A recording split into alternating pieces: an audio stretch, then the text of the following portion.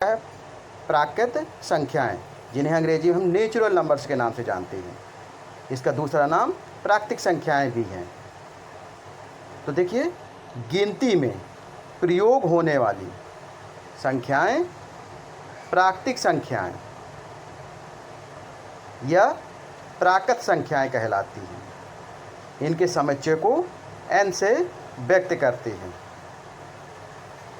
तो देखिए, capital N बराबर हम लिख सकते हैं मझले कोष्ठक के अंदर 1 2 3 डॉट डॉट इनफाइनाइट तक आदि। इन्हें धन पूर्ण संख्याएं भी कहते हैं। यह प्राकृतिक संख्या की हम दूसरी परिभाषा ले सकते हैं कि गिनती की संख्याओं को प्राकृतिक संख्या कहते हैं। और सबसे छोटी प्राकृतिक संख्या क्या है आपकी? 1 है। अब देखिए, दूसरा नंबर है आपका पूर्ण संख्याएं, जिन्हें अंग्रेजी में हम होल नंबर्स के नाम से जानते हैं। तो देखिए, इसकी डेफिनेशन ले रहे हैं कि यदि प्राकृतिक संख्याओं में शून्य को भी सम्मिलित कर लिया जाए तो वो पूर्ण संख्याएं कहलाती हैं। इनके समुच्चय को अंग्रेजी के बड़े अक्षर W से व्यक्त करते हैं। जैसे देखिए, W बराबर हम क्या ले सकते हैं? 0 मझले कोष्ठक में 0 1 2 3 डॉट डॉट। तो देखिए, अब इसमें W आपका 8 हो गया। और यदि हम 0 देखें, 0 के बाद क्या है? 1 2 3 4 हैं, सब ये आपकी प्राकृतिक संख्याएं हैं। तो हम W बराबर मझले कोष्ठक में क्या लिखते हैं? 0 1 2 3। तो सबसे छोटी पूर्ण संख्या आपकी क्या हुई? 0 हुई। अब देखिए, पूर्णांक ले रहे हैं। तो पूर्णांक, जैसे इसमें लिखा है, पूर्णांक 2 प्रकार के होते हैं। तो देखिए, सबसे पहला धन पूर्णांक है, दूसरा ऋण पूर्णांक है। इसके अलावा भी एक पूर्णांक होता है जिसे हम शून्य पूर्णांक के नाम से जानते हैं। तो कहीं कहीं पूर्णांक को हम दो प्रकार कहते हैं, और कहीं कहीं पूर्णांक कितने प्रकार के होते हैं? 3 प्रकार के। कौन कौन से? धन पूर्णांक, ऋण पूर्णांक और तीसरा पूर्णांक आपका शून्य पूर्णांक होता है। तो देखिए, धन पूर्णांक हम किसे कहते हैं? देखिए, इधर ध्यान दीजिए। तो देखिए, जो आपकी जितनी धनात्मक संख्याएं हैं, जैसे +1 +2 +3 +4 इत्यादि धन पूर्णांक कहलाते हैं। इनकी संख्या अपरिमित होती है। देखिए, ऋण पूर्णांक देखें।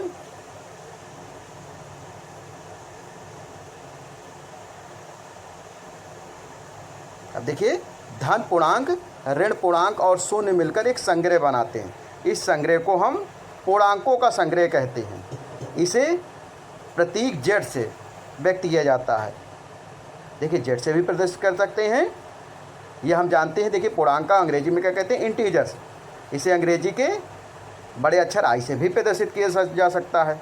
तो कहीं कहीं हम लोग Z से प्रदर्शित करते हैं और कहीं कहीं I से प्रदर्शित करते हैं। संख्या रेखा पर शून्य के दाईं ओर से पूर्णांक, धन पूर्णांक और शून्य से बाईं ओर के पूर्णांक ऋण पूर्णांक कहलाते हैं।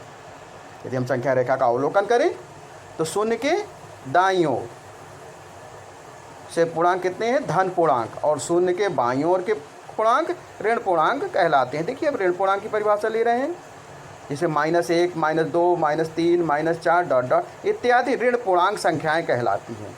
इनकी संख्या अपरिमित होती है। जैसे धन पूर्णांक की संख्या अपरिमित होती है, वैसे आपकी ऋण पूर्णांक की संख्या अपरिमित होती है। तो अब देखिए, अब यदि हम पूर्णांक को परिभाषा लें तो पूर्णांक की परिभाषा हम इस प्रकार भी ले सकते हैं कि यदि पूर्ण संख्याओं में ऋणात्मक संख्याओं को भी सम्मिलित कर दिया जाए तो ऐसी संख्याएं पूर्णांक कहलाती हैं। इसे अंग्रेजी के बड़े अक्षर I या Z से प्रदर्शित करते हैं। देखिए, अब हम वास्तविक संख्या ले रहे हैं, जिसका अंग्रेजी में नाम क्या है? Real numbers. वास्तव में वास्तविक संख्याएं क्या होती हैं? इसमें आपकी परिमेय संख्याएं तथा अपरिमेय संख्याएं दोनों प्रकार की संख्याएं होती हैं। अर्थात जिसमें परिमेय तथा अपरिमेय दोनों प्रकार की संख्याएं होती हैं वो आपकी वास्तविक संख्याएं कहलाती हैं। देखिए, इसकी परिभाषा ले रहे हैं, परिमेय तथा अपरिमेय संख्याओं के सम्मिलन से प्राप्त संख्याएं वास्तविक संख्याएं कहलाती हैं।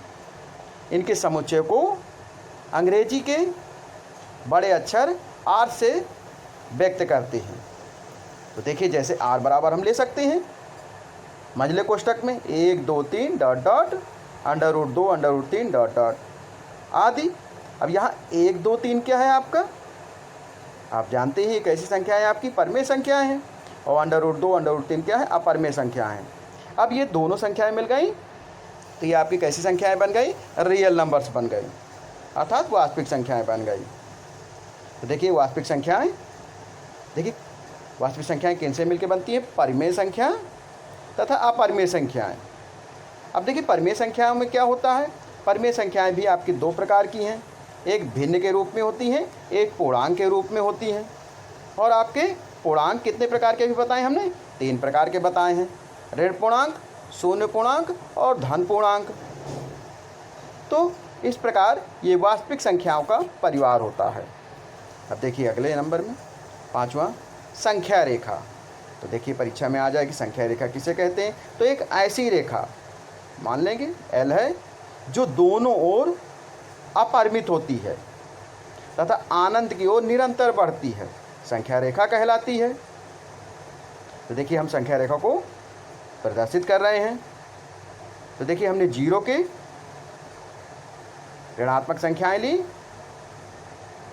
बाईं ओर -1 -2 -3 डॉट डॉट माइनस इनफाइनाइट तक। अब इसकी ओर दाईं ओर प्लस की संख्या ली 1 2 3 और डॉट डॉट, ये आपकी संख्या रेखा होती है। अब देखिए 6वां नंबर आप ले रहे हैं परमेय संख्या। तो परमेय संख्याएं किसे कहते हैं, इसका अंग्रेजी नाम है रेशनल नंबर्स। तो वो संख्याएं जिन्हें P/Q के रूप में व्यक्त किया जा सके, परमेय संख्याएं कहलाती हैं। जहां P, Q दो पूर्णांक हैं तथा Q does not equal to 0, अर्थात Q 0 के बराबर नहीं होना चाहिए।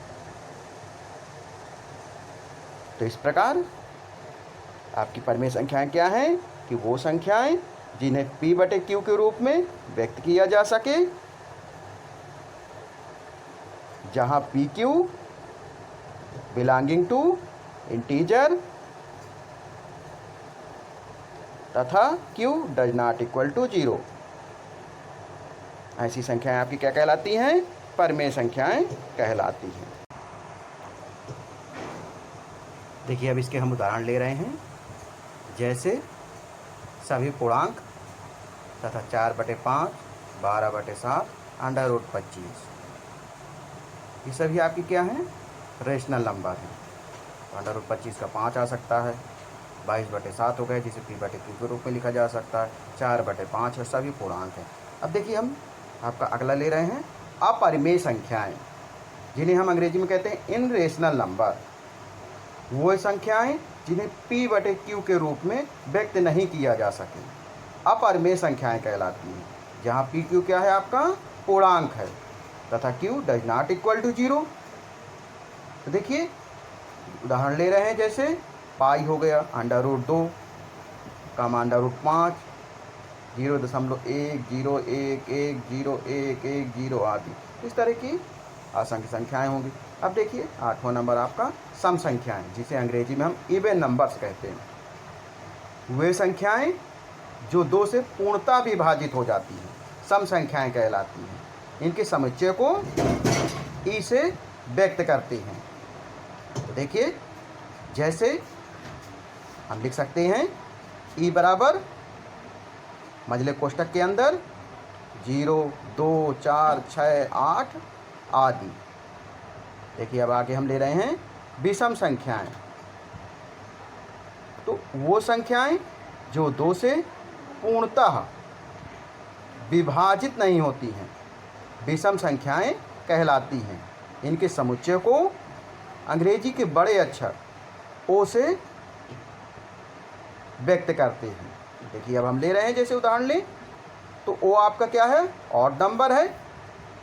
तो ओ बराबर लिख सकते हैं मझले कोष्ठक में 1 3 5 7 इत्यादि। देखिए अब हम अगला नंबर ले रहे हैं अभाज्य संख्याएं, जिसे अंग्रेजी में हम प्राइम नंबर्स के नाम से जानते हैं। वे संख्याएं जो एक तथा स्वयं के अतिरिक्त किसी अन्य संख्या से पूर्णतः विभाजित नहीं होती है, अभाज्य संख्याएं कहलाती हैं। इन्हें अंग्रेजी में हम प्राइम नंबर से जानते हैं। तो देखिए अभाज्य संख्याओं के उदाहरण लें तो इसे अंग्रेजी के बड़े अक्षर P से प्रदर्शित किया जाता है।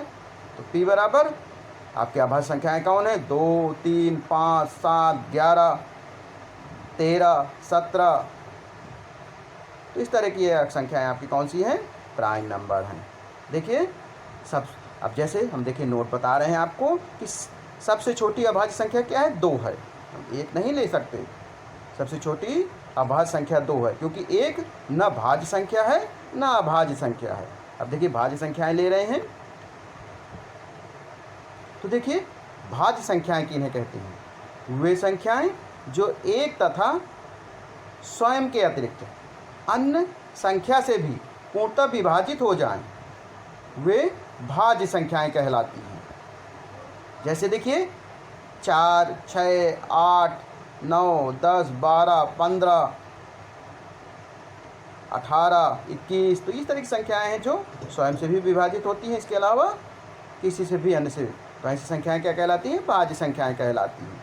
तो देखिए जो हमने अभी बताया था नोट में कि संख्या 1 न तो भाज्य होती है और ना ही अभाज्य होती है। देखिए अब अगला नंबर, सह अभाज्य संख्याएं को प्राइम नंबर्स। ऐसी दो संख्याएं जिनके कोई भी गुणनखंड समान न हो, अर्थात जिनका मासा 1 हो, सह अभाज्य संख्याएं कहलाती हैं। जैसे देखिए उदाहरण ले रहे हैं 2, 3, 8, 35 आदि। तो ऐसी संख्याएं क्या कहलाएंगी? सह अभाज्य संख्याएं। देखिए संयुक्त संख्या, कॉम्प्लेक्स नंबर्स किसे कहते हैं? एक से बड़ी वो है प्रत्येक संख्या जो भाज्य नहीं होती है, अर्थात जिनके एक तथा स्वयं के अतिरिक्त गुणनखंड संभव होते हैं, संयुक्त संख्या कहलाती है। देखिए उदाहरण ले रहे हैं जैसे 4, 6, 8, 9 आदि। देखिए शांत दशमलव किसे कहते हैं? अंग्रेजी में टर्मिनेटिंग नंबर्स। तो देखिए जिन परमेय संख्याओं के दशमलव प्रसार शांत होते हैं उन्हें शांत दशमलव कहते हैं, अर्थात जिनका यदि भाग दें तो पूर्णतः भाग चला जाता है। तो ऐसी संख्याएं शांत दशमलव कहलाती हैं। जैसे देखिए 3/8 ले रहे हैं तो 8 का भाग जब 3 में देंगे तो ये आपका 0.375 भाग पूर्णतः चला गया, अर्थात ये आपका कैसा नंबर है? टर्मिनेटिंग नंबर है, शांत दशमलव है। अब देखिए अगला, अनवासानी या अशांत आवर्ती दशमलव। तो देखिए नॉन टर्मिनेटिंग, देखिए जिन परमेय संख्याओं को दशमलव प्रसार अशांत होता है, अर्थात भागफल में अंकों की पुनरावृत्ति होती है। अनवासानी अर्थात आवर्ती दशमलव या अशांत दशमलव कहलाते हैं। जैसे देखिए इनके उदाहरण ले सकते हैं हम। देखिए इसका पहला उदाहरण है 1/3। अब देखिए 3 का भाग यदि 1 में देते हैं तो क्या आएगा? 0.33 ... अर्थात 0.3 का बार। इसी प्रकार 1/7 का भाग देते हैं तो क्या आता है? 0.142857142857 ... ऐसे हम बार के रूप में लिख सकते हैं 0.142857 बार। तो देखिए स्मरणीय बिंदु में चिन्ह या डैश उन अंकों पर लगाया जाता है जिनके अंकों की पुनरावृत्ति होती है। जैसे हम 1/3 को हम क्या लिख सकते हैं? 1/3 बराबर 0.333 या 0.3 का बार। तो देखिए इससे संबंधित अब हम कुछ सूत्र ले रहे हैं।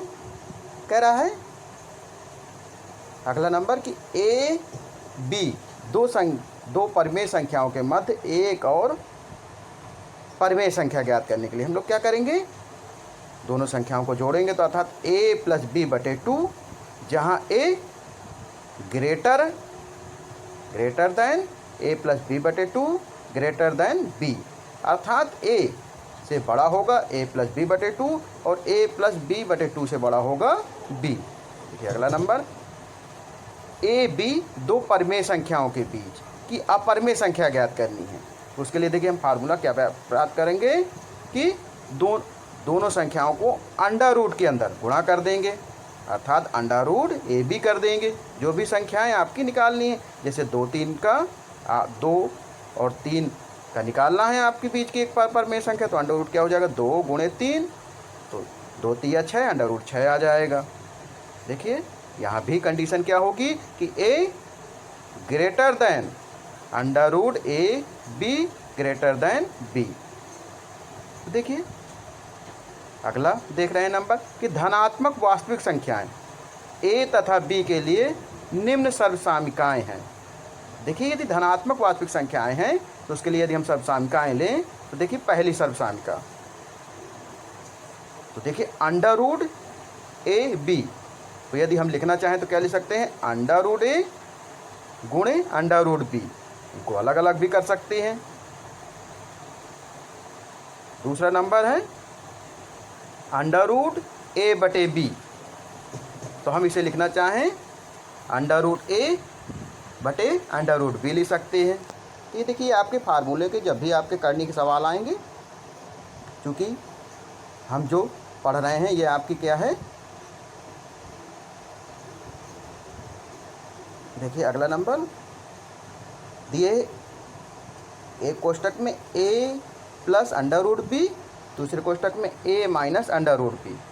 तो हम इसमें देखिए जोड़ा है एक बार घटा है, तो पहले का square a square minus under root B का स्क्वायर क्या आ जाएगा, b आ जाएगा। तो इसको हम लिख सकते हैं a स्क्वायर माइनस b। चौथा है आपका number under root a plus under root b, एक कोष्टक में, दूसरे कोष्टक में under root a minus under root b. तो देखिए एक बार जुड़ा एक बार घटा है, तो पहले का स्क्वायर हो जाएगा अंडर रूट ए का square minus under root B का स्क्वायर। तो अंडर रूट ए का स्क्वायर क्या होता है, ए होता है, और अंडर रूट बी का स्क्वायर क्या होगा, बी हो जाएगा। तो इस तरह आप क्या आ जाएगा, ए माइनस बी। देखिए अगला फार्मूला ले रहे हैं कि यदि आपको अंडर रूट ए प्लस अंडर रूट बी का वर्ग करना हो, तो पहले अंडर रूट ए का वर्ग ए आ गया, अंडर रूट बी का वर्ग बी आ गया, प्लस 2 टाइम्स अंडर रूट ए इंटू अंडर रूट बी, अर्थात 2 पोस्ट अंडर रूट ए बी। छठवां नंबर है यदि यही माइनस के रूप में दे दें under root a minus under root B का वर्ग, तो क्या हो जाएगा आपका अंडर रूट ए का वर्ग प्लस अंडर रूट बी का वर्ग माइनस 2 टाइम्स अंडर रूट ए इंटू अंडर रूट बी। या हम लिख सकते हैं a plus B minus 2 under root A B. तो देखिए आपको यदि परिमेयीकरण करना है तो 1 बटे अंडर रूट ए प्लस बी के हर का परिमेयीकरण करने के लिए हर व अंश में under root a minus B से गुणा करते हैं, अर्थात जो भी आपका हर है उसको विपरीत चिन्ह लेके, जैसे प्लस में था तो माइनस चिन्ह लेके अंश तथा हर में गुणा करते हैं। यही इसका परिमेयीकरण होता है। देखिए अगला नंबर कह रहा है यदि आपका कोई भी संख्या p बटे q में है, यदि कंडीशन q 2 की घाते m गुणे 5 घाते के n के निरूपित करे, तो p बटे q सदैव ही क्या होंगे, शांत दशमलव होता है, जहाँ m n क्या है आपको बिलोंगिंग टू है पॉजिटिव इंटीजर्स। देखिए अब घातांकी सूत्र ले रहे हैं, क्योंकि अब देखिए इसमें घातांक से संबंधित आपके सवाल आ रहे हैं संख्या पद्धति में, नंबर सिस्टम में, तो हमें इससे संबंधित सवाल है। देखिए पहला नंबर क्या है, यदि a की घाते m इंटू a की घाते n बराबर a की घाते m प्लस n, तो हम देखते हैं कि यदि आधार समान है तो घाते जुड़ जाती हैं, तो घाते जुड़ गई तो a की घाते m प्लस n। यदि अब घात के ऊपर घात है तो a की घाते m की घाते n, तो बराबर क्या हो जाएगा, a की घाते m n। देखिए अगला ले रहे हैं सूत्र, यदि यही भाग के रूप में दे दें a की घाते m बटे ए की घात n, तो हम क्या लिख सकते हैं, ए की घात m minus n।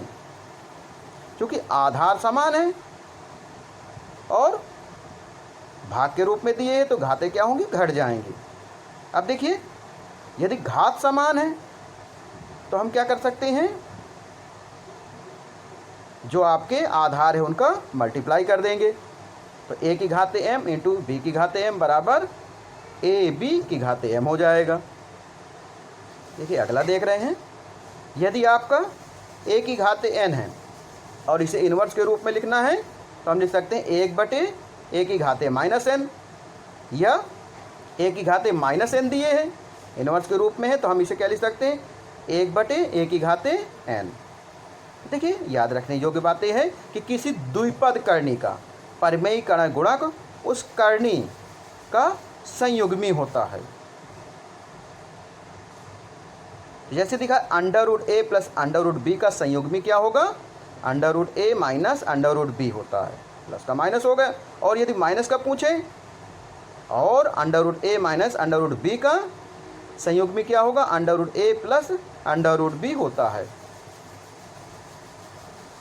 Under root ए प्लस अंडर रूट बी का संयुग्मी under root a minus under root B होता है, और ए माइनस अंडर रूट बी का संयुग्मी क्या हो जाएगा, ए प्लस अंडर रूट बी। देखिए संख्या पद्धति की आपकी पहली प्रश्नावली है, प्रश्नावली 1.1। इसका पहला प्रश्न क्या कह रहा है, क्या शून्य एक परमेय संख्या है, क्या इसे आप p बटे q के रूप में लिख सकते हैं, जहां p और q पूर्णांक है और q does not equal to 0। तो हम जानते हैं कि शून्य एक परमेय संख्या है, तो हम लिख सकते हैं हाँ शून्य एक परमेय संख्या है, इसे p बटे q के रूप में लिखा जा सकता है। देखिए कैसे लिखा जा सकता है, तो देखिए शून्य का p बटे q रूप लें यदि, तो क्या हो जाएगा 0 बटे 1, जब p बराबर तो 0 आ गया और q बराबर डज नॉट इक्वल टू 0, अर्थात शून्य एक परमेय संख्या है। तो देखिए दूसरा प्रश्न इसी का ले रहे हैं, 3 और 4 के बीच में 6 परमेय संख्याएं ज्ञात करो। तो चूंकि 6 परमेय संख्याएं ज्ञात करनी है इसलिए 3 और 4 को 6 प्लस 1 बराबर 7 से गुणा और भाग की संख्या द्वारा हम p बटे q के रूप में लिखेंगे। देखिए तब 3 बराबर क्या लिख सकते हैं, 3 गुणे 7 बटे 1 गुणे 7, तो 3 7 21 बटे 7 बराबर 4 को लिख सकते हैं 4 गुणे 7 बटे 1 गुणे 7, तो 7 चौको 28, 7 एकम 7, तो 28 बटे 7, अर्थात 21 बटे 7 और 28 बटे 7 आ गया। तो हम कह सकते हैं 3 और 4 के बीच 6 परमेय संख्याएं होंगी, 22 बटे 7, 23 बटे 7, 24 बटे 7, 25 बटे 7, 26 बटे 7 और 27 बटे 7। तो अतः हम लिख सकते हैं अभिष्ट परमेय संख्याएं। तो अभिष्ट परमेय संख्याएं क्या हो गई आपकी, 22 बटे 7, 23 बटे 7, 24 बटे 7, 25 बटे 7, 26 बटे 7, 27 बटे 7। ये आपकी 3 और 4 के मध्य 6 परमेय संख्याएं होंगे। देखिए अगला प्रश्न ले रहे हैं, तीसरा प्रश्न आपका कह रहा है कि 3 बटे 5 और 4 बटे 5 के बीच 5 परमेय संख्याएं ज्ञात कीजिए। तो देखिए उसी तरह जैसे ऊपर किया वैसे नीचे भी कर सकते हैं, क्योंकि 5 परमेय संख्याएं चाहिए तो 5 प्लस 1 अर्थात 6 से दोनों संख्याओं के अंश तथा हर में गुणा करने पर तो लिख सकते हैं 5 परमेय संख्याएं ज्ञात करनी, इसलिए हमें इसके अंश व हर को 5 प्लस 1 6 से गुणा करना चाहिए। तब 3 बटे 5 कितना हो जाएगा, 3 गुणे 6 बटे 5 गुणे 6, तो 6 त्रिका 18, 5 छक्का 30, तो 18 बटे 30 हो गया। और 4 बटे 5 बराबर 4 गुणे 6 बटे 5 गुणे 6, तो 4 छंग 24, 5 छक्का 24 बटे 30 हो गए। तो 18 बटे 30 और 24 बटे 30 के बीच में आपको कितनी संख्या चाहिए, 5 चाहिए, तो अर्थात 19 बटे 30, 20 बटे 30, 21 बटे 30, 22 बटे 30 और 23 बटे 30, यही आपका आंसर होगा। तो देखिए अतः 18 बटे 30 और 24 बटे 30 के बीच 5 परमेय संख्याएं होंगी। तो देखिए क्या हो गया आपका, 19 बटे 30, 20 बटे 30, 21 बटे 30, 22 बटे 30, 23 बटे 30, अर्थात 3 बटे 5 और 4 बटे 5 के बीच 5 परमेय संख्याएं 19 बटे 30। और देखिए 20 बटे 30 है तो 0 0 कट गया, 2 बटे 3, 21 बटे 30 है तो ये आपका 3 से कट रहा है, 3 7 21, 3 दहम 30, तो 7 बटे 10 हो गया। 22 बटे 30 2 से कटेगा तो 11 बटे 15 आ जाएगा। 23 बटे 30 नहीं कटेगा, 23 बटे 30, तो ये आपकी 5 परमेय संख्याएं हो गई, अर्थात 3/5 और 4/5 के बीच 5 परमेय संख्याएं क्या हो गई? 19/30, 20/30, 21/30, 22/30, 23/30। काटने पर क्या आया? 19/30, 2/3, 7/10, 11/15, 23/30। और हम ये भी जानते हैं कि दो परमेय संख्याओं के बीच में कितनी संख्याएं परमेय संख्या होती है? असंख्य परमेय संख्याएं होती हैं। तो इस प्रकार हम प्रश्नावली 1.1 का चौथा प्रश्न कह रहा है, नीचे दिए गए कथन सत्य हैं या असत्य हैं, कारण के साथ अपने उत्तर दीजिए। पहला प्रश्न कह रहा है कि प्रत्येक प्राकृत संख्या एक पूर्ण संख्या है। तो हम जानते हैं, पढ़ चुके हैं कि ये जो आपकी प्राकृतिक संख्याएं होती हैं वो सभी क्या होती हैं? पूर्ण संख्याएं होती हैं। तो आपका ये प्रश्न क्या हो जाएगा? सत्य हो जाएगा, क्योंकि 1, 2, 3 प्राकृतिक संख्या है जो पूर्ण संख्या भी है। प्रत्येक पूर्णांक एक पूर्ण संख्या होती है, ये आपका असत्य होगा, क्योंकि ऋण पूर्णांक पूर्ण संख्या नहीं होती हैं। तीसरा नंबर, प्रत्येक परमेय संख्या एक पूर्ण संख्या होती है, ये भी असत्य है, क्योंकि 4/7 परमेय संख्या है किंतु पूर्ण संख्या नहीं है। अब देखिए अगली प्रश्नावली ले रहे हैं आपकी। अगली प्रश्नावली क्या है?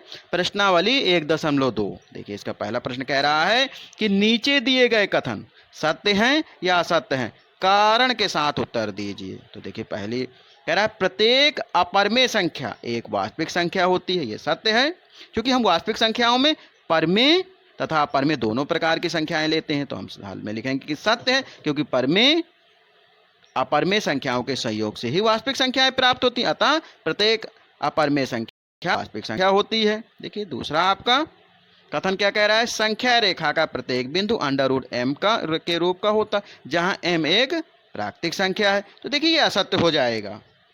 कारण क्या है कि क्योंकि √-m एक प्राकृतिक संख्या का वर्गमूल नहीं है, अथवा √-m एक वास्तविक संख्या भी नहीं है, इसलिए आपका क्या होगा? कथन असत्य होगा। अतः संख्या रेखा का प्रत्येक बिंदु √m से व्यक्त नहीं किया जा सकता, जबकि m एक प्राकृतिक संख्या है। तीसरा कह रहा है प्रत्येक वास्तविक संख्या एक अपरमेय संख्या है, और हमने वास्तविक संख्या की परिभाषा के अनुसार, तो हम वास्तविक संख्या की परिभाषा क्या जानते हैं कि इसमें परमेय तथा अपरमेय दोनों प्रकार की संख्याएं हो सकती हैं। तो परमेय संख्या कभी अपरमेय संख्या नहीं हो सकती, इसलिए यह असत्य हो जाएगा, क्योंकि परमेय संख्याएं भी वास्तविक संख्याएं होती हैं। अब देखिए अगला प्रश्न ले रहे हैं। दूसरा प्रश्न आपका, क्या सभी धनात्मक पूर्णांकों के वर्गमूल अपरमेय होते हैं? यदि नहीं तो क्या ऐसी संख्या के वर्गमूल का उदाहरण दीजिए जो एक परमेय संख्या है। कह रहा है क्या सभी धनात्मक पूर्णांक, अब देखिए हम धनात्मक पूर्णांक लेते हैं 1, 2, 3, 4, 5, 6, 7, 8, 9 ले रहे हैं। तो अब यदि हम 4 के पास जाते हैं तो इसका वर्गमूल करेंगे तो यह अपरमेय नहीं होगा, तो हम कह सकते हैं नहीं, क्योंकि ऐसी कई धनात्मक संख्या है जिनका वर्गमूल अपरमेय नहीं है। जैसे अंडर रूट, जैसे 4 हो जाएगा, 9 का अंडर रूट निकाल सकते हैं, तो लिख सकते हैं नहीं। अंडर रूट m एक अशांत दशमलव संख्या अथवा पूर्ण संख्या जहां m एक धन पूर्णांक है, अतः सभी धन पूर्णांकों के वर्गमूल अपरमेय नहीं होते हैं। अतः सभी धन पूर्णांकों के वर्गमूल अपरमेय नहीं होते हैं। हम लेके उदाहरण देख चुके हैं। अब देखिए यहाँ उदाहरण ले रहे हैं। जैसे हमने अंडर रूट आपका क्या ले लिया, अंडर रूट 49 ले, तो 49 को क्या लिख सकते हैं हम, 49 बराबर 7/1, जो एक परमेय संख्या है। इसी प्रकार अन्य उदाहरण ले लीजिए, अंडर रूट 25, अंडर रूट 25 का 5 आ गया, तो 5/1 क्या है, परमेय संख्या है, और वो हमसे कह रहा है कि अपरमेय संख्या हो, इसलिए आपका उत्तर क्या है पद्धति की। अगली प्रश्नावली है 1.3। इसका पहला प्रश्न कह रहा है निम्नलिखित भिन्नों को दशमलव रूप में लिखिए और बताइए कि प्रत्येक का दशमलव प्रसार किस प्रकार का है। तो देखिए पहला प्रश्न दे रहा है 36/100, तो 100 का भाग यदि हम 36 में दें तो कितना आता है, 0.36। तो चूंकि इसका पूर्णतया भाग चला गया, अर्थात ये क्या हो जाएगा, आपका शांत दशमलव प्रसार हो जाएगा। अब दूसरा प्रश्न कह रहा है 1/11, अब इसका भाग दे रहे हैं हम 11 का 1 में, तो ये क्या आता है, 0.090909, तो बार बार 09 रिपीट हो रहा है, या हम इसको लिख सकते हैं 0.09 का बार। तो ये आपका क्या हो जाएगा, अशांत दशमलव प्रसार हो जाएगा, या अशांत अनुवासनीय दशमलव। देखिए अगला प्रश्न कह रहा है आपका तीसरा इसी का 4 सही 1/8, तो 8 चौको 32, 1 33/8, 8 का भाग अब 33 में दे रहे हैं, तो भाग देने पर क्या आ रहा है 4.125, भाग पूर्णतः चला गया। अर्थात ये कैसा प्रसार होगा आपका, शांत दशमलव प्रसार होगा। देखिए चौथा दिए है 3/13।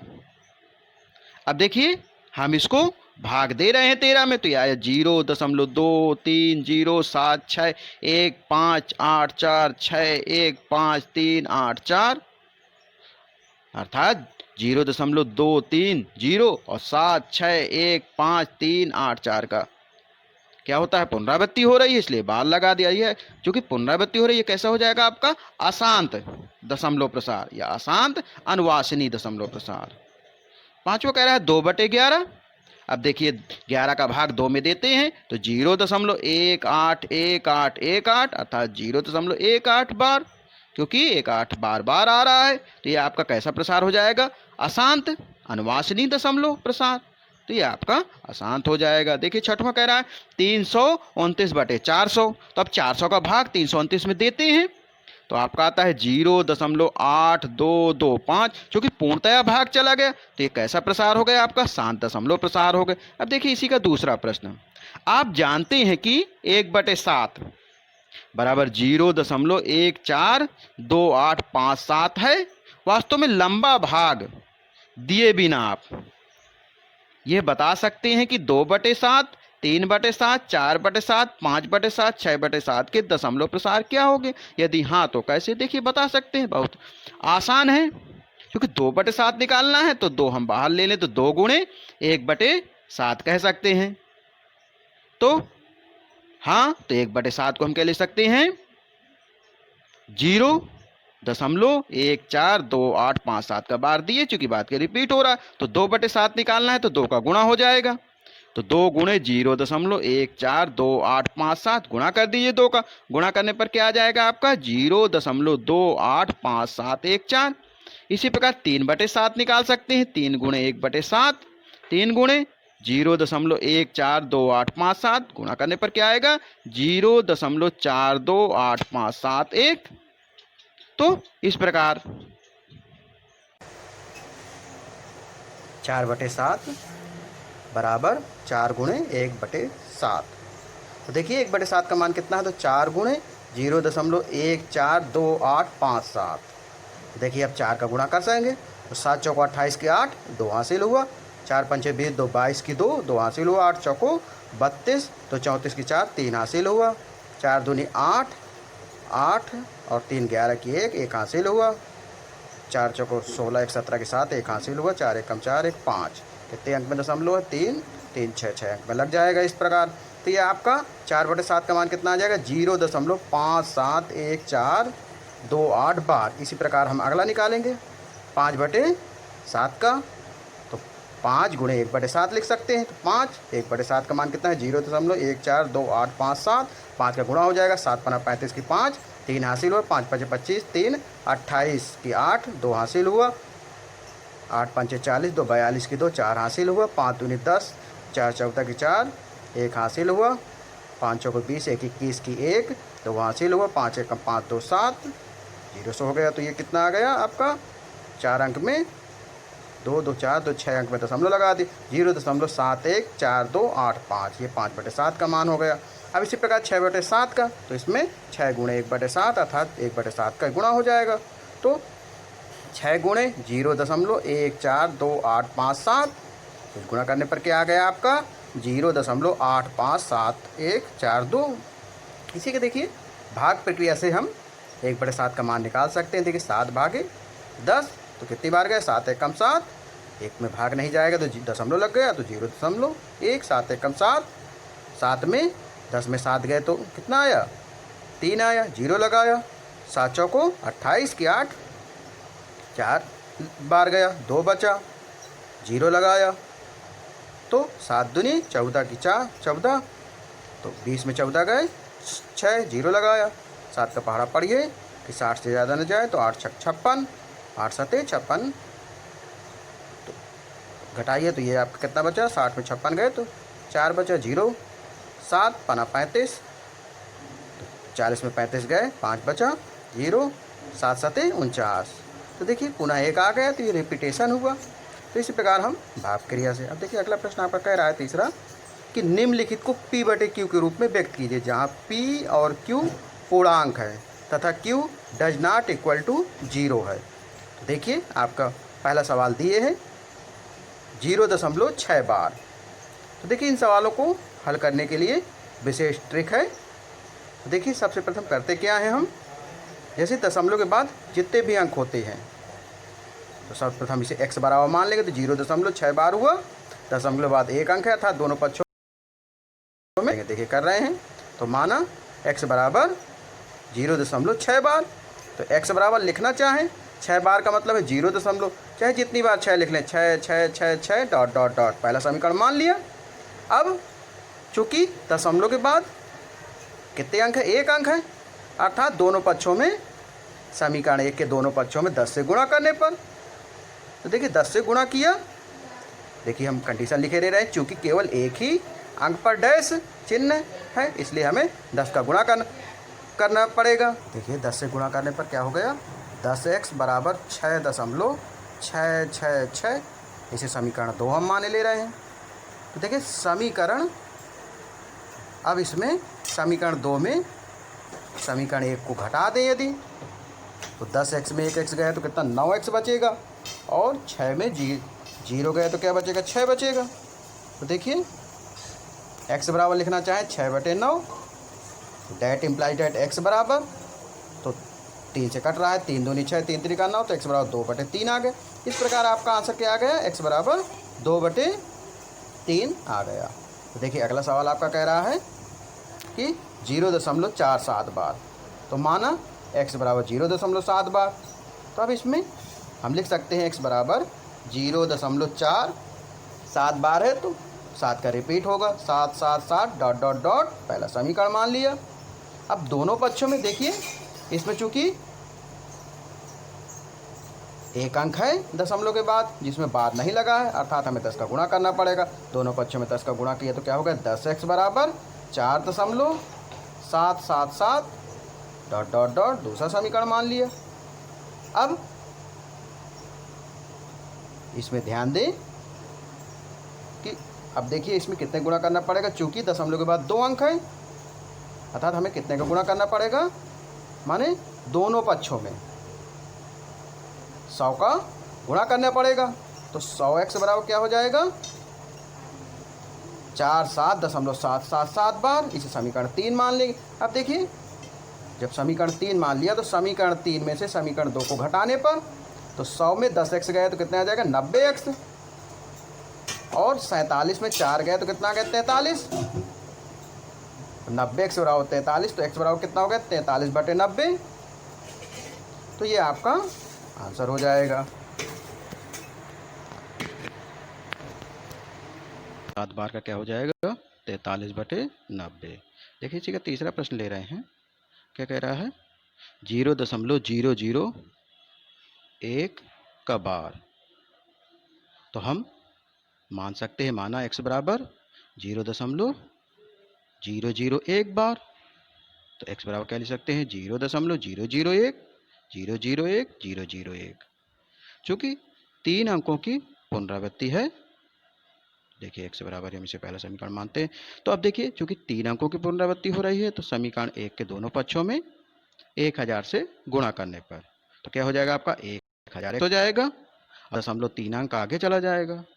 तो देखिए हम लिख सकते हैं 1000x बराबर 0.001 इसे हम दूसरा समीकरण मान लेते हैं।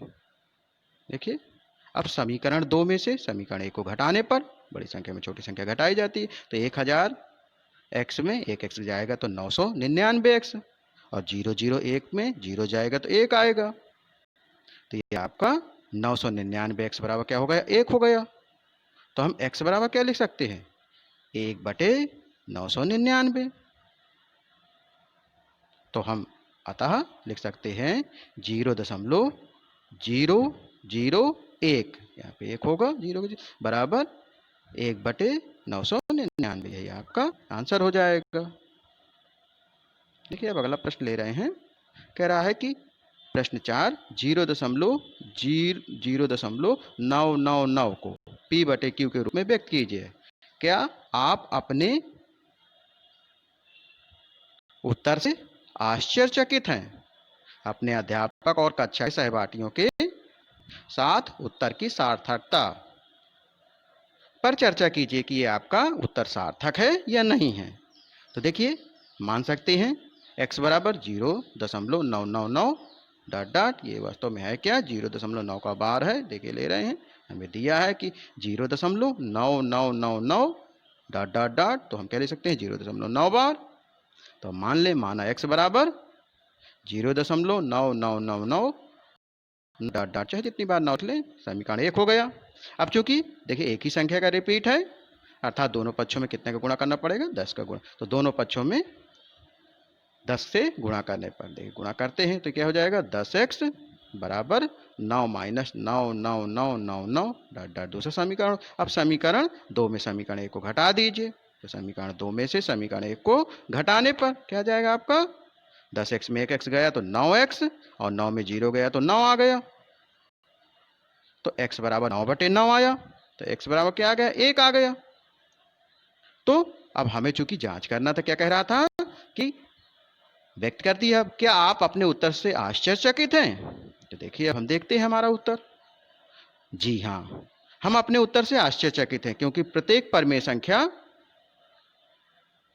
P/Q को दशमलव रूप में और दशमलव संख्या को पुनः P/Q के रूप में बदला जा सकता है। अब एक को आप 0.9 के रूप में व्यक्त करना चाहें तो नहीं कर सकते हैं, P/Q रूप में बदला जा सकता है।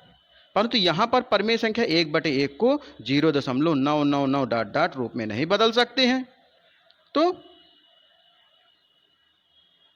ये एक आश्चर्यचकित करने वाला आपको उत्तर आया है कि आपने दशमलव संख्या से P/Q के रूप में लिख दिया, पर P/Q को रूप को हम दशमलव रूप में नहीं लिख सकते हैं।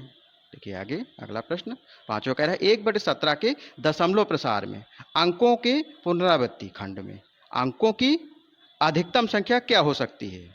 अपने उत्तर की जांच के लिए विभाजन क्रिया कीजिए, अर्थात भाग देना है हमें। तो देखिए हम कह सकते हैं, जब हम 17 का 1 में भाग देंगे तो क्या आएगा, देखिए भाग देके हम देखते हैं। तो 17 भागे 1 तो क्या आ जाएगा आपका 0.58823529411764705 डॉट डॉट, फिर रिपीट होगी संख्या। तो हम लिख सकते हैं बराबर 0.0588235294117647 का बार। चूंकि जब भाग दिया जाता है तो पुनः वो संख्या रिपीट होगी फिर इसके बाद। तो अतः 1/17 के दशमलव प्रसार में अंकों के पुनरावृत्ति खंड में अंकों की अधिकतम संख्या कितनी है, 16 होगी। 17 भागे 1, तो देखिए भाग तो नहीं जाएगा, तो 0 दशमलव लगा दिए तो 1 0 बढ़ गया, और फिर भी भाग नहीं जा रहा है तो दशमलव के बाद भी 1 हमें 0 लिखना पड़ा, तो ये 100 हो गया। तो 17 का भाग अब 100 में दे रहे हैं, तो 17 पना 85 के 5, तो देखिए 17 पना 85 लिखा, 5 बार गया, तो 100 में 85 घटाएंगे तो क्या आएगा आपका 150 आ गया। 15 आया और 0 बढ़ा लिया।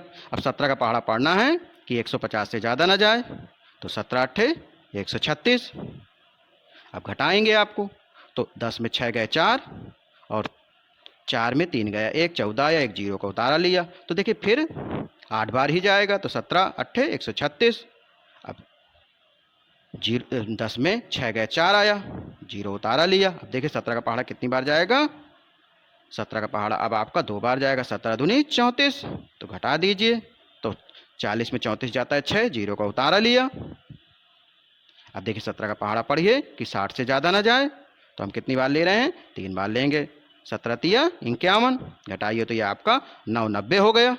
अब देखिए 17 का पहाड़ा पढ़िए कि 90 से ज़्यादा ना जाए, तो 17 पना 85, तो देखिए अब 10 में 5 गए 5 आया, तो 50 हो गया। 17 का पहाड़ा पढ़िए 50 से ज़्यादा ना जाए, तो 17 34 2 बार गया, तो देखिए 2 बार ले लिया हमने। अब इसे घटा दिया,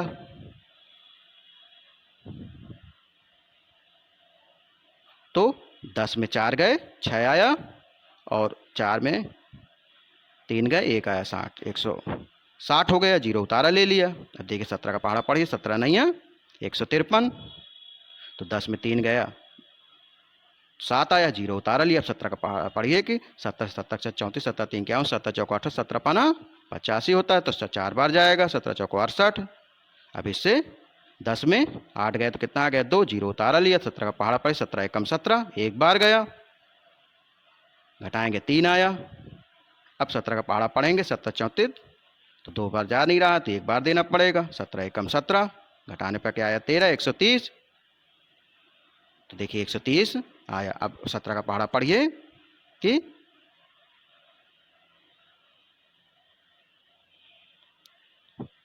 तो 17 119 से ज़्यादा ना जाए, तो 17 सत्ते 119 होता है। तो देखिए 17 सत्ते 119, घटाया तो 10 में 9 गए तो 1 आया, और 2 में 1 गया, 1 आया, 110 हुआ। अब 17 का पहाड़ा पढ़िए, 17 छक्के 102, घटाइए तो ये 8 आया, 0 हुआ। 17 चौको 68, फिर घटाइए तो 10 में 8 गए, 2 आया, 1 आया, अब 120 हो गया। 17 का पहाड़ा पढ़ना है, तो 17 सत्ते 119 होता है, घटाने पर 1 आ गया। देखिए 17 सत्ते लास्ट में 7 बार गया। अब देखिए पुनः आपको 100 प्राप्त हो रहा है, 1 प्राप्त हो गया, तब ये भाग क्रिया यहीं समाप्त हो जाएगी। तो देखिए यहाँ से शेषफल पुनरावृत्ति है, तो आपका आंसर क्या हो गया, आपका आंसर हो जाएगा 1/17 बराबर 0.88235294117647। अब देखिए इसी का अगला सवाल लेंगे। तो देखिए अगला सवाल कह रहा है कि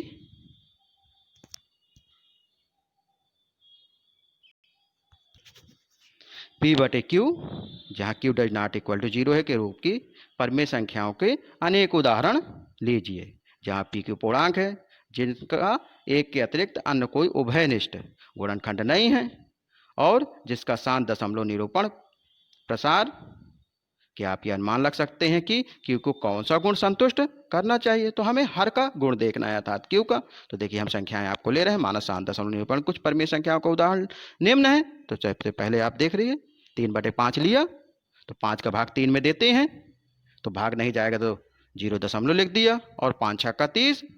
तो अब देखिए इसको लिख सकते हैं 3/5 गुणे 1 अर्थात 0.6। तो इसका कौन सा गुण है कि ये आपका 5 की घाते m के रूप का बन रहा है।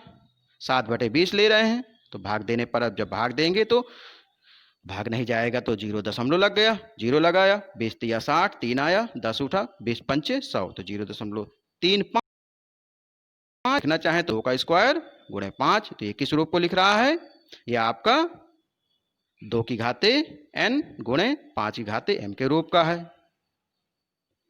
तीसरा उदाहरण इसका लेते हैं 12/125, तो 104, इसे लिखना चाहें तो चूंकि 125 5 का घन होता है तो 13/5 की घाते 3 बराबर 0.104, अर्थात ये 5 की घाते n के रूप का बन रहा है। तो इन उदाहरणों में हमें Q के इस गुण का पता लगता है कि Q के अभाज्य गुणनखंड में केवल 2 के घात 5 के घात या 2 और 5 दोनों के घात शांत दशमलव परमेय संख्या में अवश्य होंगे, अर्थात Q बराबर 2 की घाते m गुणे 5 की घाते n के रूप का होगा। तो देखिए ऐसी संख्याएं जिनके दशमलव प्रसार अनुवासनीय आवर्ती होते हैं अपरमेय संख्याएं कहलाती हैं। तो अर्थात हमें अपरमेय संख्याएं लिखनी है, अतः 3 अपरमेय संख्याएं निम्न है, √2 लिख सकते हैं, √3, √5 आदि।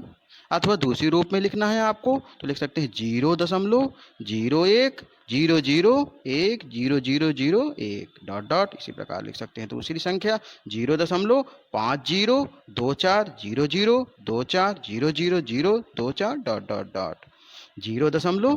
तीसरी संख्या लिखेंगे 0.0003 0003 00003 डॉट डॉट डॉट। अर्थात इसमें क्या होता है कि हर संख्या के बाद जैसे जीरो की संख्याएं बढ़ रही हैं, तो ऐसी संख्याएं क्या कहलाती हैं? अपरिमेय संख्याएं, अशांत। तो ये देखिए 3 आपकी अशांत दशमलव प्रसार की हो गई। अब देखिए 8वां सवाल इसका कह रहा है कि परिमेय संख्याओं 5/7 और 9/11 के बीच की 3 अलग अलग अपरिमेय संख्याएं ज्ञात कीजिए। तो पहले हम 7 का भाग दे दें 5 में, जो संख्या आएगी, और 11 का भाग 9 में दे देंगे। तो देखिए 0.71, तो भाग देने पर आ गया, और इसी प्रकार 9/11 का भाग देंगे तो 0.81 आ जाए। के बीच की 3 अपरिमेय संख्याएं लिखनी है। तो देखिए हम पहली अपरिमेय संख्या लिख रहे हैं 0.72 डॉट डॉट। इसी प्रकार दूसरी संख्या लिखेंगे तो 0.7500 डॉट डॉट। इसी प्रकार तीसरी संख्या लिखते हैं 0.7800 फिर इस प्रकार 40 डॉट डॉट डॉट। तो जो कि 5/7 बराबर 0.71 से बड़ी तथा 9/11 बराबर 0.81 से छोटी है। तो देखिए अब हम ले रहे हैं 9वां प्रश्न आपका। क्या कह रहा है कि बताइए कि निम्नलिखित परिमेय संख्या में कौन संख्याएं परिमेय है और कौन अपरिमेय है। देखिए √23 है, तो ये आपकी अपरिमेय संख्या है क्योंकि इसे P/Q के रूप में व्यक्त नहीं किया जा सकता, तथा इसका दशमलव प्रसार अनवसानी और अनावृत्ति है। देखिए दूसरा दिया है √225। 225 क्या होता है? 15 होता है वर्गमूल। ये आपकी परिमेय संख्या है क्योंकि 15 को हम 15/1 P/Q के रूप में लिख सकते हैं। इसके बाद तीसरा दिए 0.3796, तो दशमलव हटाया तो 1 के आगे 4 जीरो बढ़ गए, तो ये आपकी परिमेय संख्या है क्योंकि इसे हम P/Q के रूप में लिख सकते हैं। चौथा दिए है आपका 7.478478 डॉट डॉट डॉट। अब इसका पता नहीं कितनी संख्याएं लिखी जा सके, तो ऐसी संख्याएं क्या कहलाती हैं? अपरिमेय, क्योंकि अशांत दशमलव संख्याएं अपरिमेय संख्याएं होती हैं। इसका 5वां प्रश्न आपका कह रहा है कि 1.10 100010001000001 कह रहा है कि ये आपका परिमेय है कि अपरिमेय है। तो हम जानते हैं अशांत दशमलव संख्याएं अपरिमेय होती हैं। तो देखिए अब आगे आपकी प्रश्नावली है 1.4। पहला प्रश्न कह रहा है कि उत्तरोत्तर आवर्धन करके संख्या रेखा पर 3.765 को देखिए। तो देखिए हम जानते हैं कि संख्या 3.765 संख्याओं 3 और 4 के बीच स्थित है। अब 3 और 4 को 10 भागों में बांटते हैं और आवर्धन शीशे से देखते हैं। तो देखिए हम चित्र हम देख रहे हैं अपना। तो देखिए पहले हमने ये नंबर में लिया 3 और 4 के बीच में 10 बराबर खाने खींचे।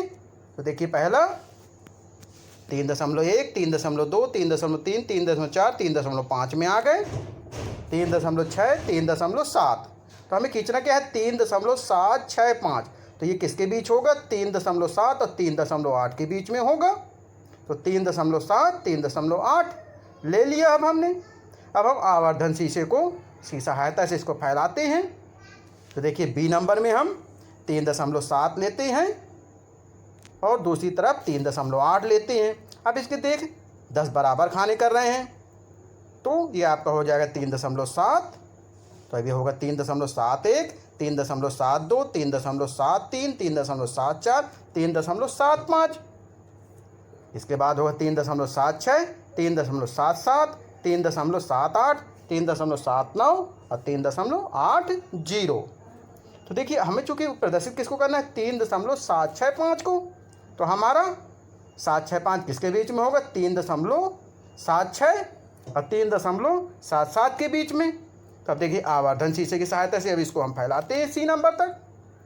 तो ये आपका हो गया 3.76 और 3.77। तो 3.760 ये आपका है। अब आगे लेते हैं 3.761 3.762 3.764 और 3.765 ये आ गए। अब इसके बाद 3.766 3.767 3.768 और 3.769 और 3.77। तो देखिए क्रम से। अब हम प्रदर्शित किसको करना था, 3.765 को। तो देखिए ये जो आपका बिंदु आ गया बीच का, यही आपका 3.765 होगा। अब देखिए आप देखिए ध्यान दीजिए, इसी का दूसरा प्रश्न कह रहा है कि 4 दशमलव स्थानों तक संख्या रेखा पर 4.26 बार को देखिए। देखिए इसका सॉल्यूशन हम देख रहे हैं, 4.26 बार, क्योंकि दशमलव के 4 स्थानों पर देखना है तो हम क्या लिख सकते हैं, 4.2626, 4 दशमलव स्थानों तक ही लेना है। हम जानते हैं कि 4.2626 संख्याओं 4 और 5 के बीच में स्थित है। अब 4 और 5 के बीच से 10 भाग को 10 बराबर भागों में बांटते हैं। अधिक स्पष्टता के लिए आवर्धन शीशे से देखते हैं। देखिए चित्र में आप देख रहे हैं, सबसे पहले चित्र ए में हमने 4.26 किसके बीच आएगा, 4 और 5 के बीच में आएगा। अब इसके 10 बराबर हमने खा निकाल लिए, तो ये आका है आपका 4.1, 4.2, 4.3 डॉट डॉट 4.9 और फिर ये 5 तक आ गया। तो देखिए अब आवर्धन शीशे से हम 4.2 और 4.3 को बड़ा करते हैं।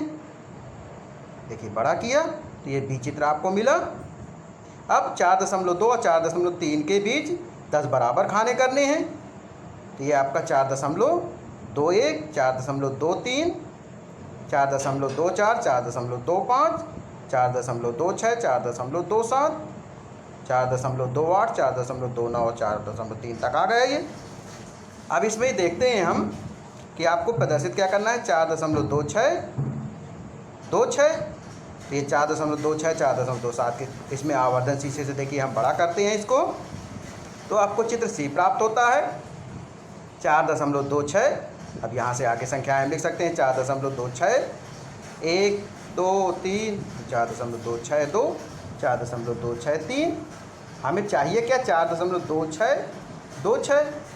अब इसी को देखिए आवर्धन शीशे से हम बड़ा करते हैं, तो देखिए आपको डी नंबर प्राप्त होता है 4.262, 4.26, 2, फिर 2 2 4.2621, 4.2622, 4.2623, 4.2624, 4.2625, 4.2626।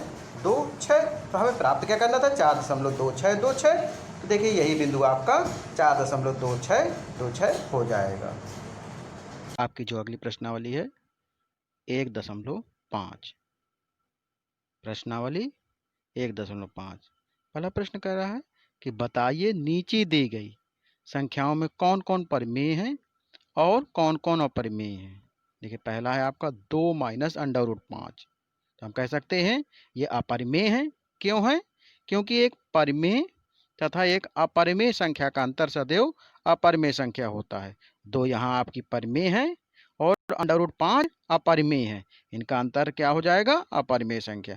दूसरा कह रहा है 3 plus under root 23 minus under root 23। देखिए हम इसे हल करें तो कोष्टक यदि खोल दें तो 3 plus under root 25 under root 23 minus under root 23, तो अंडर रूट 23 से अंडर रूट 23 कट जाएगा, तो क्या आ जाएगा 3, 3 एक परिमेय संख्या है। देखिए तीसरा नंबर ले रहे हैं 2 अंडर रूट 7/7 अंडर रूट 7, तो अंडर रूट 7 से अंडर रूट 7 कट गया, तो क्या है 2/7, ये p/q के रूप में आ गया, अर्थात ये आपकी परिमेय संख्या है। देखिए चौथा नंबर है इसका 1/√2, तो ये कैसी संख्या है, अपरिमेय संख्या है। क्यों है, क्योंकि एक परिमेय तथा एक अपरिमेय संख्या का भागफल सदैव अपरिमेय संख्या होता है। यहाँ 1 आपकी परिमेय संख्या है और अंडर रूट 2 अपरिमेय संख्या है। देखिए पांचवा नंबर 2 पाई, तो हम लिख सकते हैं इसे 2 गुणे पाई, तो 2 क्या है आपका परिमेय है और पाई क्या है अपरिमेय है, तो टोटल क्या हो जाएगा, इनका मल्टीप्लाई जब करेंगे तो क्या हो जाएगा अपरिमेय संख्या। क्योंकि एक परिमेय तथा एक अपरिमेय संख्या का गुणनफल सदैव क्या होता है, अपरिमेय संख्या होता है। देखिए दूसरा प्रश्न है इसका, निम्नलिखित व्यंजकों में से प्रत्येक व्यंजक को सरल कीजिए। देखिए अब सरल करने की बात आ गई। देखिए पहला है आपका 3 प्लस अंडर रूट 3 एक कोष्टक में और 2 प्लस अंडर रूट 2 दूसरे कोष्टक में। तो देखिए इसका मल्टीप्लाई कर सकते हैं हम, 2 का पहले 3 से मल्टीप्लाई करें, फिर अंडर रूट 2 का 3 से मल्टीप्लाई करें प्लस √3 का मल्टीप्लाई 2 से प्लस √3 का √2 से। देखिए जब 2 का 3 से करेंगे 3 दूनी 6, 3 का √2 से तो 3 √2 और प्लस 2 √3 प्लस √3 √2 का मल्टीप्लाई क्या हो जाएगा √6। तो यही देखिए आपका आंसर हो जाएगा। देखिए अगला अब दूसरा प्रश्न कह रहा है 3 प्लस √3, एक कोष्टक में, दूसरे कोष्टक में 3 माइनस √3।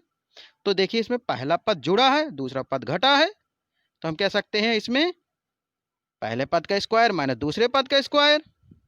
तो यहाँ 3 का स्क्वायर माइनस √3 का स्क्वायर, तो 3 का स्क्वायर क्या हो जाएगा 9, √3 का 3, तो 9 में 3 गए तो कितना आ जाएगा आपका 6। देखिए इसमें हमने कौन सा सूत्र लगाया आपका a plus B A minus B बराबर A square minus B square. और हम ये भी जानते हैं कि यदि √x का वर्ग करते हैं तो क्या आता है x आता है। तो इस प्रकार आपका इसका 6 आंसर हो जाएगा। देखिए तीसरा आपका प्रश्न है कोष्टक में √5 प्लस √2 का वर्ग निकालना है। तो हम a प्लस बी का होल स्क्वायर जानते हैं क्या होता है a square plus B square plus 2ab।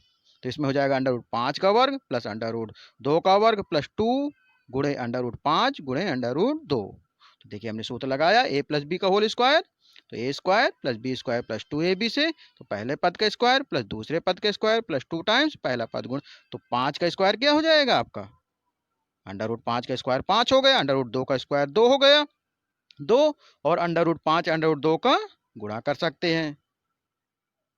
तो देखिए क्या हो जाएगा आपका 5 प्लस 2 7 हो गया, और 2 और कोष्टक में √5 गुणे √2 क्या हो गया √10 हो गया। तो इस प्रकार 7 प्लस 2 √10 आपका आंसर हो गया। देखिए चौथा कह रहा है √5 माइनस √2, पहले कोष्टक में दूसरे कोष्टक में √5 प्लस, तो देखिए इसमें a minus B A plus B है, अर्थात पहले पद का स्क्वायर माइनस दूसरे पद का स्क्वायर, तो √5 का स्क्वायर माइनस √2 का स्क्वायर। हमने सूत्र कौन सा प्रयोग किया a प्लस बी, पहले कोष्टक में दूसरे कोष्टक में a माइनस बी क्या होता है a square minus B square. तो देखिए √5 का वर्ग क्या हो जाएगा 5, √2 का वर्ग 2, तो 5 में 2 गए क्या आ जाएगा आपका 3। तो ये आपका आंसर हो। देखिए आपका तीसरा प्रश्न क्या कह रहा है कि आपको याद होगा कि पाई को एक वृत्त की परिधि मान लीजिए और उसके व्यास मान लीजिए d। तो वृत्त की परिधि को c मानना है और वृत्त के व्यास को d मानना है, के अनुपात से परिभाषित किया जाता है, अर्थात पाई बराबर c/d। इस तत्व का अंतर विरोध करता हुआ प्रतीत होता है कि पाई अपरिमेय है। इस अंतर विरोध का निराकरण आप किस प्रकार करेंगे।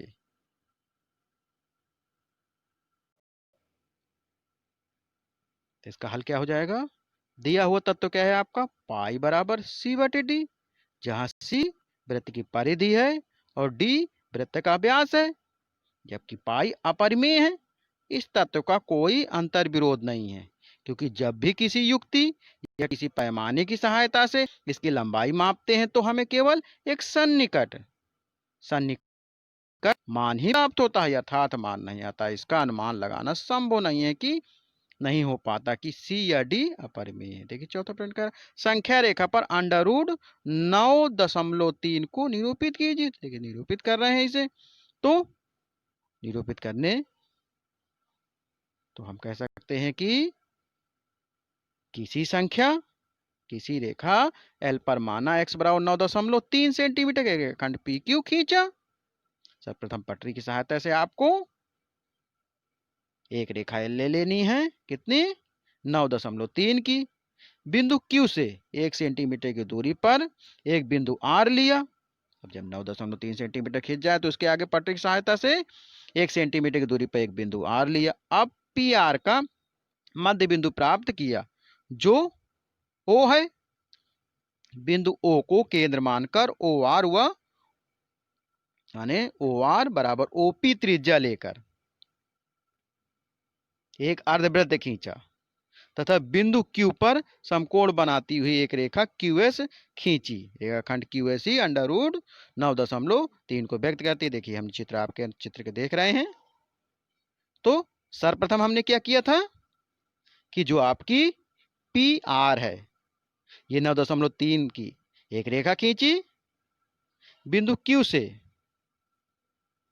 आर तक 1 सेंटीमीटर की हमने रेखा खींची, तो क्यू आर हमारा कितना हो गया 1 सेंटीमीटर। तो पी आर टोटल कितना हो जाएगा आपका 10.3 सेंटीमीटर। अब पी आर को अब बिंदु आर से आधे से ज्यादा दूरी लेकर हमने लंबार्धक खींचा जो हमें पी और आर को किस बिंदु पर काटता है, ओ बिंदु पर काटता है। ओ को केंद्र मानकर एक अर्धवृत्त खींचा। अब क्यू से हमने एक लंबार्धक खींचा 90 अंश का कोण बनाते हुए जो अर्धवृत्त को एस पर काटता है। तो आपका क्यू एस ही √9.3 है। अब क्यू एस की माप का एक चाप संख्या रेखा पर लगाया जो बिंदु ई पर काटता है, तो हम कह सकते हैं कि जो बिंदु ई मिला यही भी आपका √9.3 है। तो अब बिंदु ओ को केंद्र मानकर क्यू एस लेकर धन एक्स अक्ष की ओर एक चाप लगाया जो रेखा को एल बिंदु ए पर काटता है। तो बिंदु ए ही अभिष्ट बिंदु है जो √9.3 को संख्या रेखा पर व्यक्त करता है। पांचवा कह रहा है निम्नलिखित के हरों का परमेयीकरण कीजिए। तो देखिए परमेयीकरण करने के लिए क्या करते हैं, जो हर है आपका हर से अंडर रूट की संख्याएं समाप्त की जाती हैं। तो 1/√7 है तो हम इसे क्या लिख सकते हैं, अंश तथा हर में √7 का गुणा करने पर क्या हो जाएगा 1/√7 माने 1/√7 गुणे √7/√7। तो ऊपर √7 आ जाएगा और नीचे √7 और 7 का गुणा क्या हो गया 7 हो गया। तो आपका उत्तर क्या आ जाएगा √7/7। ठीक है, दूसरी संख्या दे रहा है 1/√7 माइनस √6 का परिमेयीकरण करना है।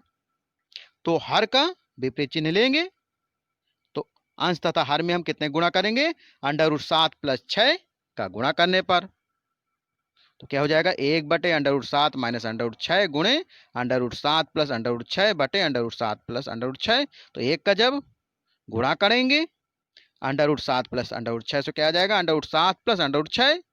और नीचे यदि देख रहे हैं हर में तो एक बार जुड़ा है एक बार घटा है तो इसमें पहले पद का स्क्वायर माइनस दूसरे पद का स्क्वायर हो जाएगा। तो √7 का स्क्वायर माइनस √6 का स्क्वायर। देखिए सर्वसाधारणिका का प्रयोग कर रहे हैं चूंकि a + b a square minus b square का और √x का स्क्वायर x होता है। तो ऊपर क्या आ जाएगा √7 + √6 नीचे आ जाएगा √7 का वर्ग क्या होगा 7 √6 का वर्ग 6। तो 7 में 6 गए तो 1 आया। इस प्रकार √7 + √6 बटे 1 यह आपका आंसर क्या आ जाएगा √7 + √6। यही आपका आंसर हो जाएगा। कह रहा है 1/√5 + √2। तो देखिए इसमें भी हम वही प्रक्रिया अपनाएंगे। हर का परिमेयीकरण करना है तो हर का परिमेयीकरण के लिए क्या करेंगे अंश तथा हर में √5 माइनस √2 का गुणा करने पर तो 1/√5 + √2 बराबर क्या हो जाएगा 1/√5 + √2 गुणे कोष्टक में √5 माइनस √2 बटे 5 माइनस √2। तब एक का ऊपर गुणा करें यदि √5 माइनस तो वही संख्या आ जाएगी। तो कोष्टक में √5 माइनस √2 और नीचे एक बार जुड़ा है एक बार घटा है। तो सर्वसाधारणिका हमारी क्या है a + b a - b। इसका क्या होता है a square minus b square. तो क्या हो जाएगा आपका √5 का स्क्वायर माइनस √2 का स्क्वायर। और हम ये भी जानते हैं कि यदि √x के रूप में है उसका स्क्वायर करेंगे तो x आता है। तो हमारा पद क्या हो जाएगा √5 माइनस √2 बटे 5 माइनस 2। तो √5 माइनस √2 बटे 3 ये आपका आंसर हो जाएगा। देखिए अब इसी का चौथा कह रहा है कि 1/√7 माइनस 2 का में हर का परिमेयीकरण करना है। तो हम अंश तथा हर में √7 + 2 का गुणा करेंगे। तो 1/√7 माइनस 2 बराबर क्या लिख सकते हैं 1/√7 माइनस 2 गुणे √7 + 2 बटे √7 + 2। तो देखिए एक से जब ऊपर एक से गुणा करेंगे √7 + 2 का तो वही संख्या आ जाएगी। और नीचे एक बार जुड़ा एक बार घटा है तो हमारी सर्वसाधारणिका क्या हो गई a माइनस b एक कोष्टक में दूसरे कोष्टक में a + b। तो क्या हो जाएगा a square minus b square. तो √7 का स्क्वायर माइनस √2 का स्क्वायर। देखिए सर्वसाधारणिका का प्रयोग किया। और हम ये भी जानते हैं कि √x का स्क्वायर करें तो x आता है। जाएगा आपका √7 + 2 बटे √7 का वर्ग 7 आ गया और 2 का वर्ग 4 आ गया। तो ये हुआ आपका √7 + 2 बटे 3। ये आपका आंसर हो जाएगा। ये आपकी अगली प्रश्नावली है, प्रश्नावली 1.6। तो ये जो आपकी पूरी प्रश्नावली है घातांक पर आधारित है। देखिए पहला प्रश्न कह रहा है ज्ञात कीजिए। तो देखिए हम इसमें किसका सूत्र प्रयोग कर रहे हैं, a की घाते m की घाते n बराबर a की घाते mn। पहला सवाल ले रहे हैं 64 की घाते 1/2। तो हम जानते हैं कि 64 किसका वर्ग है, 8 का वर्ग है। तो हम इसे कोष्टक में लिख लेंगे 8 का वर्ग और की घात कितनी है, 1/2 है। तो हम सूत्र के आधार पर लगाएं तो हम क्या लिख सकते हैं, 8 की घाते 2 गुणे 1/2 या 8 की घाते 2/2 बराबर 2 से 2 का भाग जाएगा तो क्या आ जाएगा, 1 आ जाएगा। तो 8 की घाते 1 बराबर 8, यही आपका आंसर हो जाएगा। देखिए अब दूसरा प्रश्न ले रहे हैं 32 की घाते 1/5। तो हम जानते हैं 32 के अभाज्य गुणनखंड करें तो 2 दूनी 4, 4 दूनी 8, 8 दूनी 16, 16 दूनी 32 अर्थात 2 की घाते 5 की घाते 1/5 चढ़ा है। तो अब सूत्र लगा दें, 2 की घाते m की घाते n बराबर क्या होता है, 2 की घाते mn हो जाएगा अर्थात 2 की घाते 5/5 हो जाएगा। तो 5 में 5 का भाग जाएगा तो कितना आ जाएगा, 2 की घाते 1। तो बराबर ये आपका आंसर क्या हो गया, 2 हो गया। अब देखिए अगला प्रश्न तीसरा कह रहा है 125 की घाते 1/3। तो हम जानते हैं कि 125 किसका घन है, 5 का है। 5 × 5 = 25, 5 × 125। हम 5 की घाते 3 की घाते 1/3 ये लिख सकते हैं 5 की घाते 3 गुणे 1/3। तो 5 की घाते क्या हो गया, 3/3। 5 की घाते 1 बराबर क्या आ गया, 5 आ गया। इसका आंसर क्या हो जाएगा आपका, 5। देखिए अब अगला है प्रश्न 2, ज्ञात कीजिए। क्या कह रहा है कि 9 की घाते 3/2 का मान। तो हम जानते हैं 9 किसका वर्ग है, 3 का। तो 3 का वर्ग कोष्टक के बाहर घात कितनी चढ़ी है, 3/2। तो अर्थात अब इसमें सूत्र लग जाएगा कि a की घाते m की घाते n, क्या सूत्र होता है, a की घाते m गुणे n। तो ये हो जाएगा 3 की घाते 2 गुणे 3/2 बराबर 3 की घाते 6/2।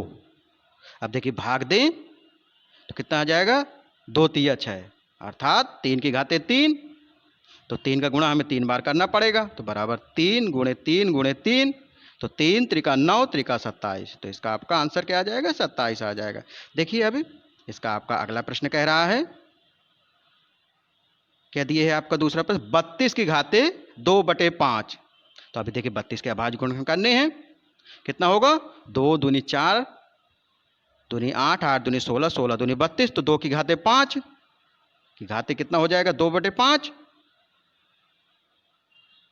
तो हम क्या हो जाएगा, 2 की घाते 5 गुणे 2/5। चूंकि हम सूत्र जानते हैं a की घाते m की घाते n बराबर क्या होता है, a की घाते m × n। कितना हुआ, 5 दूनी 10/5। तो 2 की घाते 10/5, 5 का भाग देंगे तो 5 दूनी 10। तो 2 की घाते 2 हो गया। तो 2 का वर्ग कितना होता है, 2 गुणे 2, 2 दूनी 4। तो ये आपका आंसर क्या आ गया, 4। देखिए अब अगला प्रश्न आपका तीसरा इसी का, 16 की घाते 3/4। तो 16 को हम लिखना चाहें तो 2 दूनी 4 दूनी 8, 8 दूनी 16। तो 2 की घाते 4 और घात में कितना है, 3/4। तो गुणे 3/4, क्योंकि हम सूत्र जानते हैं कि a की घाते m की घाते n बराबर क्या होता है, a की घाते m गुणे n। तो ये आपका हो जाएगा 2 की घाते 4 गुणे 3/4। लिख सकते हैं 2 की घाते 4 गुणे 3/4। तो अब देखिए 4 से 4 आपका कट गया तो क्या बचा आपका, 2 की घाते 3। अब 2 की घाते 3 अर्थात 2 का 3 बार गुणा करना है। 2 दूनी 4 दूनी 8 तो इसका आंसर क्या हो जाएगा आपका 8। देखिए अगला आपका चौथा प्रश्न कह रहा है कि 125 की घाते -1/3। तो देखिए 125 किसका घन है? 5 का घन है। और इसमें देखें तो 125 घाते -1/3 लिखा है। तो अर्थात हम सूत्र जानते हैं कि a इनवर्स बराबर होता है 1/a। तो 125 का इनवर्स क्या हो जाएगा? 1/125 और घात कितनी है? 1/3 है। तो 1/125 की घाते 3। अब देखिए हम सूत्र का प्रयोग, तो देखिए 1/125 किसका घन है? 5 का है। तो 5 की घाते 3 गुणे 1/3। देखिए सूत्र कौन सा प्रयोग कर रहे हैं? चूंकि हम जानते हैं सूत्र कि a की घाते -n बराबर क्या होता है? 1/n, a का इनवर्स। इसी प्रकार 1/, अब देखिए इसमें गुणा करें यदि हम, कितना हो जाएगा? 1/5 की घाते 3/3 या बराबर 1/5 की घाते 1 बराबर 1/5। इसका आंसर आ गया 3। कह रहा है सरल कीजिए। आपका पहला प्रश्न है इसका 2 की घाते 2/3 गुणे 2 की घाते 1/5। तो हम सूत्र जानते हैं कि यदि a की घाते m गुणे a की घाते n हो तो हम इसे क्या लिख सकते हैं? a की घाते m + n। चूंकि आधार समान है तो घाते क्या होती हैं? जुड़ जाती हैं। तो यदि हम सवाल लें कि 2 की घाते 2/3 गुणे 2 की घाते 1/5 बराबर 2 की घाते, चूंकि आपकी घाते आधार समान है तो घाते जुड़ जाएंगी। तो 2 की घाते क्या हो जाएगा? 2/3 + 1/5। तब देखिए 3 5 का लासा क्या है? 15 है। तो 2 की घाते 15 लासा ले लेंगे। अब 3 का पहाड़ा पढ़ेंगे, 15 ज़्यादा ना जाए। तो 3 × 5 = 15, 5 दूनी 10 10 और 5 × 3 = 15, 3 × 1 = 30। तो 10 + 3/15। तो 10 3 कितना हुआ? 13। तो 2 की घाते क्या हो जाएगा? 13/15। यही आपका आंसर हो जाएगा। अब देखिए अगला प्रश्न आपका,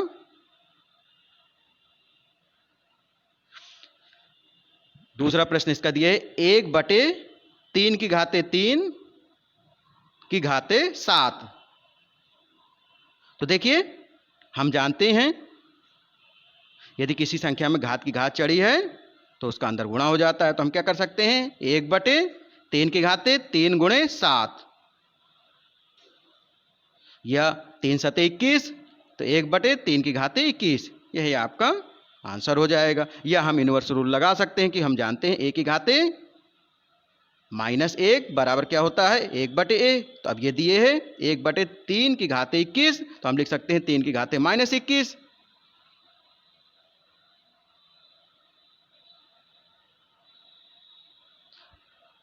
देखिए अब तीसरा सवाल दिए है 11 की घाते 1/2, 11 की घाते 1/4। चूंकि देखिए जब आधार समान हो और भाग का चिन्ह दिए हो तो क्या होता है? घाते घट जाती हैं।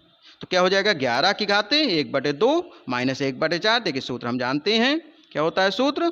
a की घाते m बटे a की घाते n बराबर a की घाते m - n, जहां m ग्रेटर होता है n की तुलना में। तो क्या हो जाएगा? 4 हम लासा ले लेंगे। तो 2 दूनी 4, 2 और 4 = 4। तो 2 - 1, 11 की घाते 2 - 1/4, 2 में 1 गया तो 1। तो 11 की घाते 1/4, यही आपका क्या हो जाएगा? आंसर हो जाएगा। देखिए चौथा सवाल इसका दिए 7 की घाते 1/2 और 8 की घाते 1/2। तो देखिए यहाँ आधार समान नहीं है, घाते समान है। जब घाते समान होती हैं तो आधार का गुणा हो जाता है। तो क्या हो जाएगा? 7 गुणे 8 की घाते 1/2। यदि आपका सूत्र देखिए बता रहे हैं a की घाते m है गुणे b की घाते m है, तो क्या हो जाएगा? a b का गुणा हो जाएगा और घाते क्या आ जाएगी? आपकी m आ जाएगी। तो देखिए 7 × 8 = 56, 56 की घाते कितना आ जाएगा? 1/2।